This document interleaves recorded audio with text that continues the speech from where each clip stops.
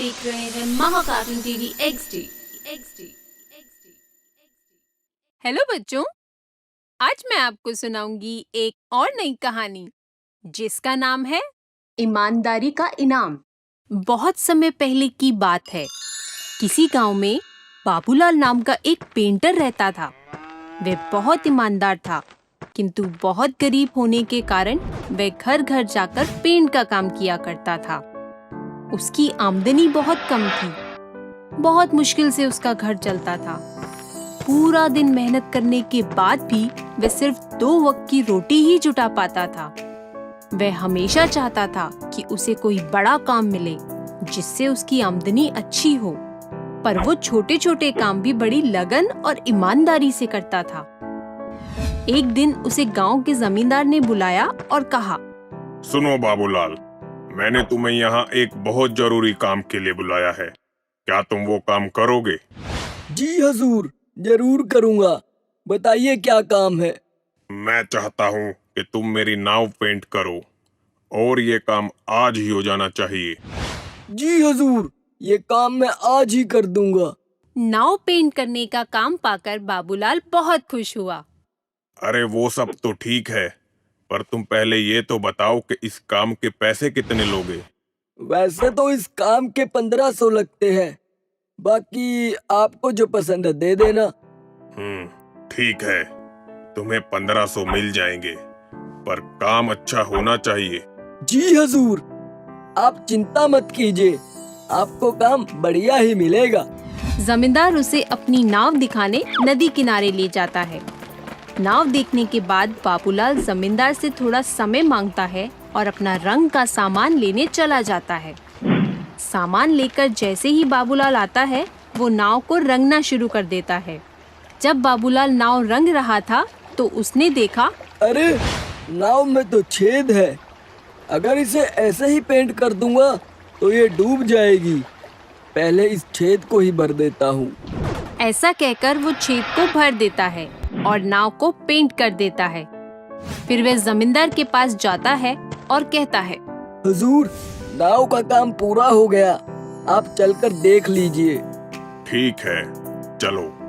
फिर वे दोनों नदी किनारे पहुंच जाते हैं। नाव को देखकर जमींदार बोलता है, अरे वाह बाबूलाल, तुमने तो बहुत अच्छा काम किया है। ऐसा करो, तुम कल सुबह आकर अपना मेहनताना ले जाना। ठीक है हुजूर। और फिर वे दोनों अपने अपने घर चले जाते हैं। जमींदार के परिवार वाले उसी नाव में अगले दिन नदी के उस पार घूमने जाते हैं।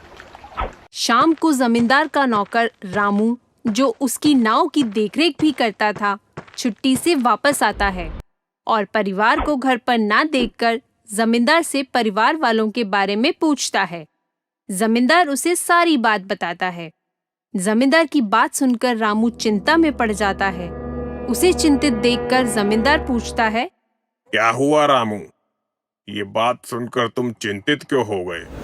सरकार, लेकिन उस नाव में तो छेद था। रामू की बात सुनकर जमींदार भी चिंतित हो जाता है। तभी उसके परिवार वाले पूरा दिन मौज मस्ती करके वापस आ जाते हैं। उन्हें सकुशल देखकर जमींदार चैन की सांस लेता है। फिर अगले दिन जमींदार बाबूलाल को बुलवाता है और कहता है, ये लो बाबूलाल, तुम्हारा मेहनताना। तुमने बहुत बढ़िया काम किया है। मैं बहुत खुश हूँ। बाबूलाल पैसे लेकर गिनता है तो हैरान हो जाता है, क्योंकि वो पैसे ज्यादा थे। वह जमींदार से कहता है, हुजूर, आपने मुझे गलती से ज्यादा पैसे दे दिए हैं। नहीं बाबूलाल, ये मैंने तुम्हें गलती से नहीं दिए। ये तुम्हारी मेहनत का ही पैसा है। लेकिन हुजूर, हमारे बीच तो 1500 की बात हुई थी। ये तो 6000 है। तो फिर ये मेरी मेहनत का कैसे हुआ? क्योंकि तुमने एक बहुत बड़ा काम किया है। कैसा काम हुजूर? तुमने इस नाव के छेद को भर दिया, जिसके बारे में मुझे पता भी नहीं था। अगर तुम चाहते तो उसे ऐसे भी छोड़ सकते थे या फिर उसके लिए अधिक पैसे भी मांग सकते थे, पर तुमने ऐसा बिल्कुल नहीं किया, जिसकी वजह से मेरे परिवार वाले सुरक्षित उस नाव की सवारी कर सके।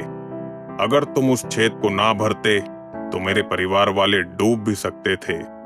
आज तुम्हारी वजह से वो सुरक्षित है, इसलिए ये पैसे तुम्हारी मेहनत और ईमानदारी के हैं। पर हुजूर, फिर भी इस छेद को भरने के इतने पैसे तो नहीं बनते। बस बाबूलाल बस, अब तुम कुछ मत कहो। ये पैसे तुम्हारे ही है, तुम इसे रख लो। जमींदार की बात सुनकर और पैसे लेकर बाबूलाल बहुत खुश हुआ और कहने लगा, बहुत बहुत धन्यवाद जमींदार साहब। ऐसा कहकर वह खुशी खुशी वहां से चला गया। तो बच्चों, इस कहानी से हमें ये शिक्षा मिलती है कि हमें अपना काम हमेशा पूरी लगन और ईमानदारी से करना चाहिए। दोस्तों, अगर आपको ये वीडियो पसंद आया हो तो इसे लाइक करें, चैनल सब्सक्राइब करें और हमारे कार्टून शोज सबसे पहले देखने के लिए बेल आइकन दबाना ना भूलें।